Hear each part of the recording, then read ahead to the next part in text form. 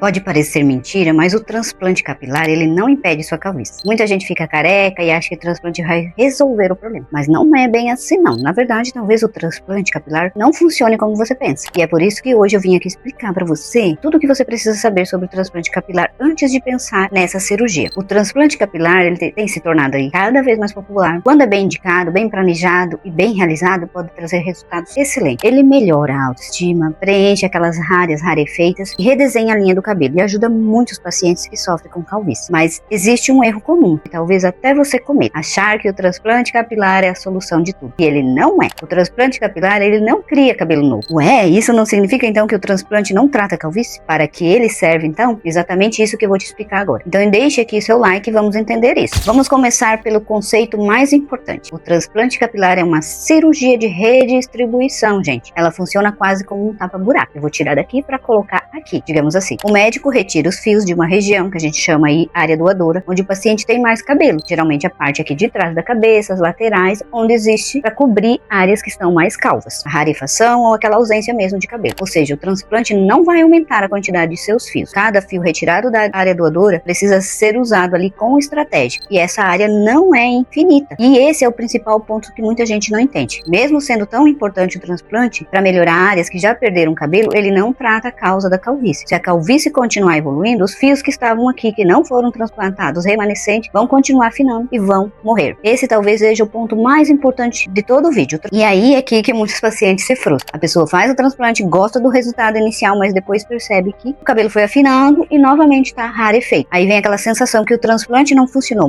mas muitas vezes o problema não foi o transplante. O problema foi achar que a cirurgia substituiria aí o tratamento da calvície, sendo que ela nunca teve essa função. Se o transplante apenas redistribui esse cabelo, de onde vêm esses fios? E aí que entra uma das partes mais importantes de todo o procedimento. A área doadora é uma região onde os fios aqui são mais resistentes à ação hormonal, onde a gente retira para o transplante. Na maioria dos casos, tá nessa região aqui, e às vezes a gente tira de barba e peitoral, quando uma calvície já é mais extensa. Mas essa região, ela tem um limite, não dá para retirar toda a área doadora para colocar aqui. A gente retira de forma mais ou menos aí uns 25, 30% para redistribuir. Ela pode ficar rarefeita se tirar demais, então a gente tem que fazer um planejamento. A gente precisa olhar com qualidade a área doadora, pensar na densidade, na espessura dos fios, tipos de fios, ondulação, o grau de calvície para ver a progressão. Um paciente que tem um fio mais grosso, mais ondulado, a gente tira daqui, por exemplo, uma unidade folicular com 3 hastes, coloca aqui, ele vai ter 3 fios. Se a gente tirar de um, vai ter 1. Então, ela é limitada e por isso que o planejamento tem que ser cuidadoso de acordo com o paciente. E é justamente por isso que você não deve esperar o cabelo cair todo ou a calvície chegar num grau máximo, porque se esperar demais, pode ser que não exista área doadora suficiente para entregar um resultado que você imagina, que você deseja. Então, assim, vou esperar cair tudo. E às vezes a gente não consegue tirar 50 mil para colocar 50 mil aqui, né? E por isso entra o planejamento antes da cirurgia. Se o paciente usa muitos fios de uma vez ou faz uma linha frontal muito baixa, ele vai progredir. E não